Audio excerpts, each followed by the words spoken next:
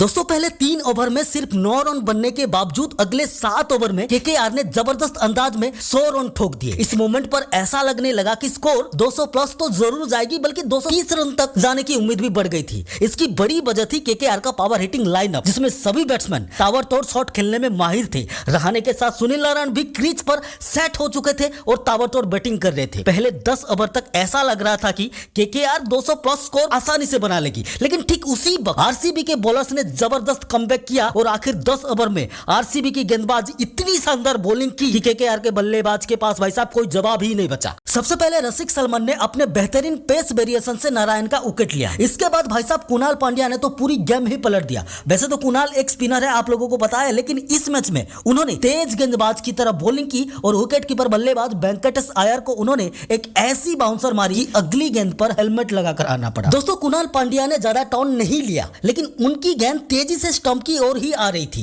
जिसमें बल्लेबाज कंफ्यूज हो गए। वेंकटेश अय्यर और रिंकू सिंह बैकफुट पर जाकर खेलना शुरू कर चुके थे, लेकिन गेंद कम बाउंस हुई और वो गलत शॉट खेलकर आउट हो गए। अब सबसे अहम विकेट रहा रहाणे का, जिसे कुणाल ने 11वीं ओवर में आउट कर दिया।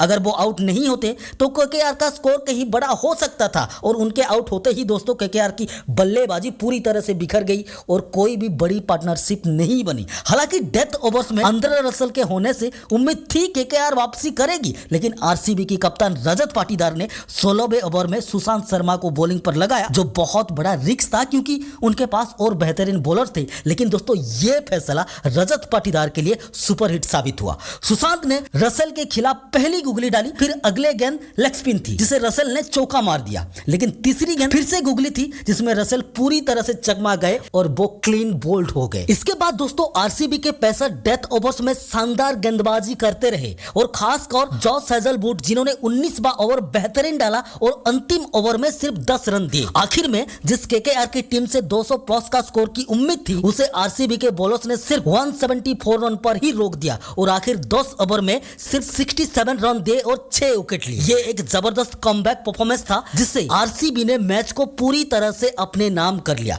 दोस्तों ये मैच ना पूरी तरह से हाई वोल्टेज ड्रामा था। जब लगा कि केकेआर आसानी से बड़ा स्कोर बना लेगी, तभी आरसीबी के बॉलर्स ऐसा कमबैक किया कि पूरा गेम ही पलट गया। आखिर 10 ओवर में जो बॉलिंग स्पेल हुआ वो तो दोस्तों माइंड ब्लोइंग। लेकिन दोस्तों अब लगा कि टारगेट इतना आसान भी नहीं होगा, क्योंकि केकेआर के पास वरुण चक्रवर्ती और सुनील नारायण जैसे बॉलर थे। लेकिन आरसीबी के ओपनर्स ने शुरुआत में ही केकेआर के बॉलर्स को धो डाला। फिल शॉट ने शानदार बैटिंग की और हाफ सेंचुरी मारा और वरुण चक्रवर्ती को पूरी तरह से धो डाला। विराट कोहली ने अपनी 2016 वाली आईपीएल फॉर्म में बैटिंग की और सिर्फ 36 बॉल में 59 रन बनाया, जबकि स्लॉट ने 31 बॉल में 56 रन बनाया और रजत पाटीदार ने 16 बॉल में 34 रन बनाया और लिविंगस्टोन में 5 बॉल में 15 रन बनाया और 16वीं ओवर में पूरी गेम को ही खत्म कर दिया। दोस्तों इस मैच में आरसीबी के स्पिन बॉलिंग बहुत ही मजबूत हुई, जो चेन्नई के खिलाफ फायदेमंद हो सकती है। केकेआर के पेस बॉलिंग कमजोरी दिखी, खासकर पेसर जॉनसन और वैभव अरोड़ा का इतना कुछ खास नहीं रहा, जबकि आरसीबी की बैटिंग इस सीजन में